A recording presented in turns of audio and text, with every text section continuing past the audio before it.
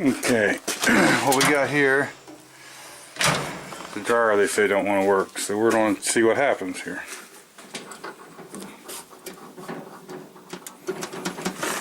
Nothing.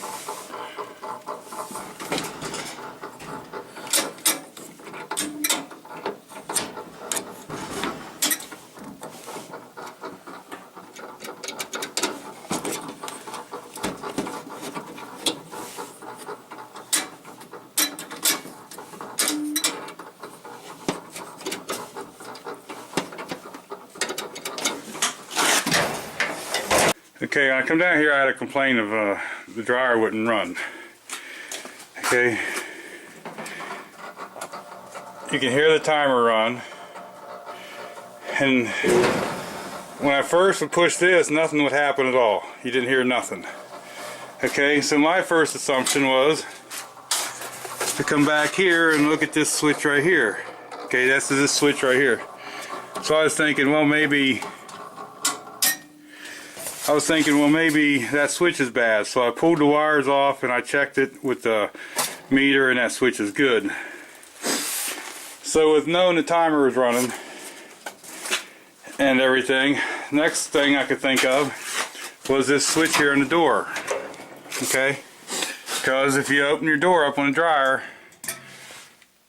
that switch is supposed to shut the dryer off. Alright, I could push this switch and I couldn't make it do anything. I bent this tab out just a little bit because it looked like it was bent back a bit, and then I could hear the switch clicking. Okay, so now I turned it on and it all works. Well, after a couple times of it working for me, now it's like this switch is stuck in the run position only, like it thinks the door is always closed. Okay, so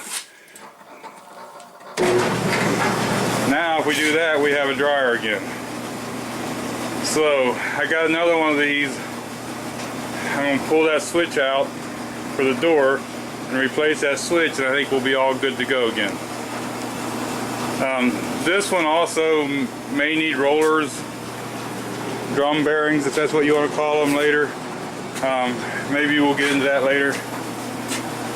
But for right now, I'm going to button this back up, and they got a dryer working again. So just remember, when it comes to something like this, always check the simple things first, because sometimes the simple things is what it's going to be, just like this switch on the door.